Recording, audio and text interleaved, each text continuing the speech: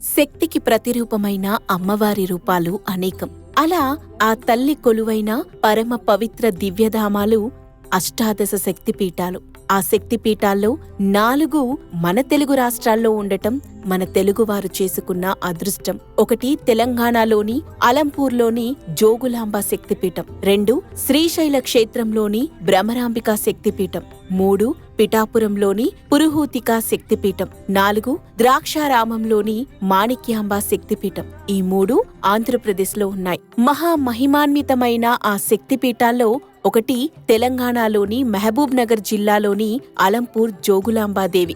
అష్టాదశ మహాశక్తిపీఠాలలో ఒకటైన ఈ దేవాలయం తుంగభద్రా నది ఒడ్డున కృష్ణానదిలో సంగమించే ప్రదేశానికి సమీపంలో ఉంది. ఇక్కడి స్థల పురాణం ఏం చెబుతుంది అంటే, శివుని భార్య సతీదేవి తండ్రి దక్షుడు చేపట్టిన యజ్ఞానికి వెళ్లి అవమానాల పాలై అక్కడే ప్రాణత్యాగం చేసింది. భార్య మీద ప్రేమతో ఆమె మృతదేహాన్ని భుజాన ధరించి లోక సంచారం చేస్తుంటాడు శివుడు.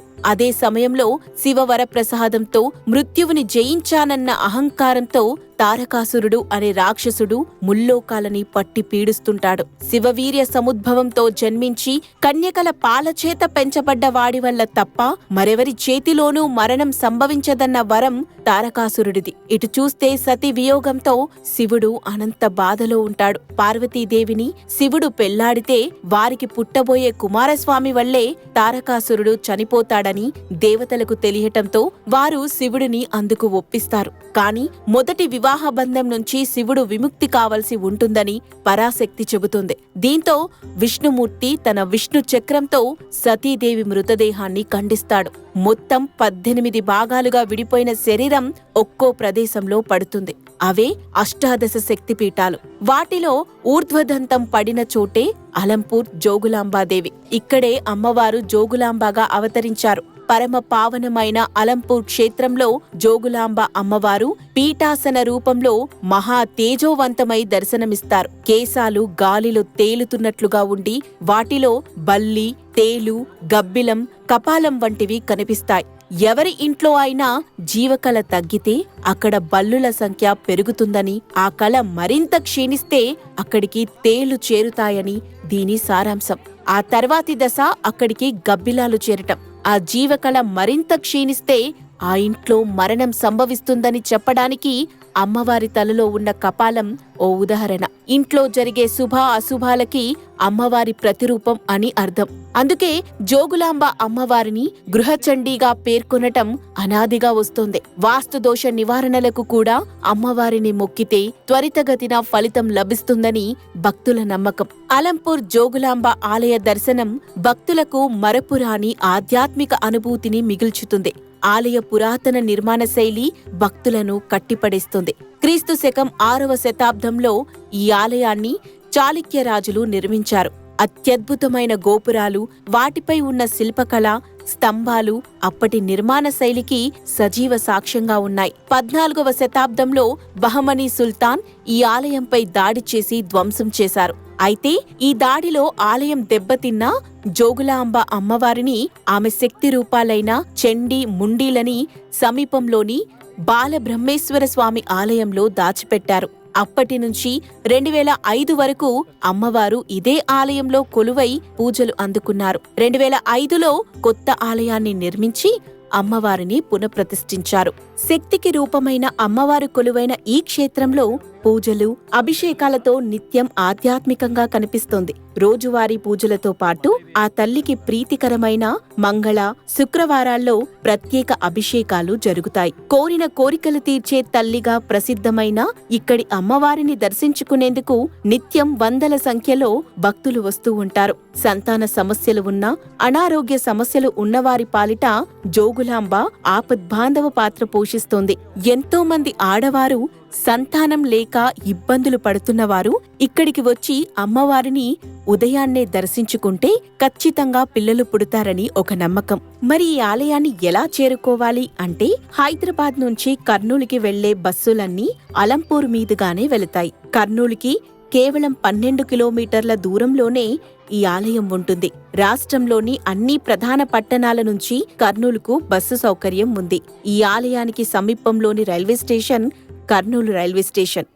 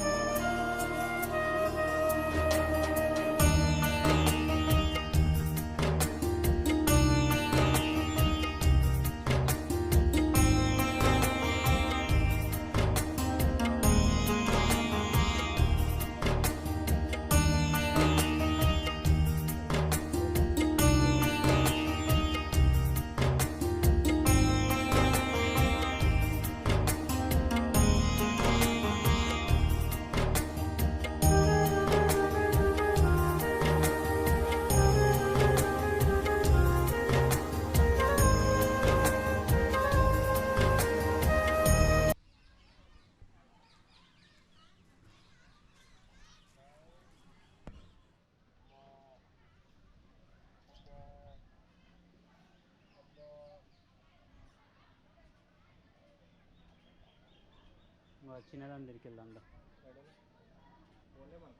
ఇట్లుంది కదా పెద్ద ఉన్నాయి ఆట అంటే కట్టేసి ఉన్నాయి కదా అయినా కూడా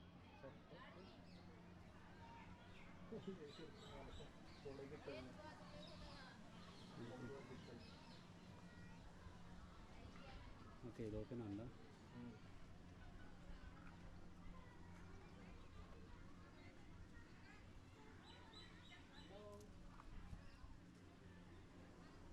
చిన్నది స్మాల్ వన్ స్మాల్ వన్ ఏం లేదల్లా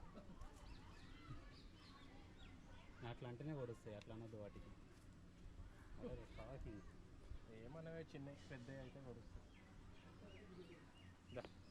ఇది పట్టుకో ఒక్కసారి ఇట్లా నేను మొత్తం తీసుకొని వస్తాను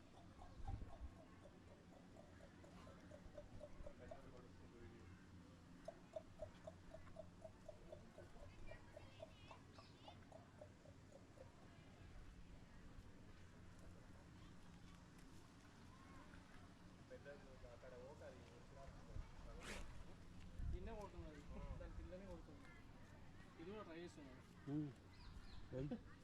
ఎంత ఉన్నావు ట్రై చేస్తుంది అదే కదా ఇప్పుడే ఇట్లున్నావు అంటే ఇంకా పెద్దగా అయితే అట్లా అంటే కొమ్మ వస్తుంది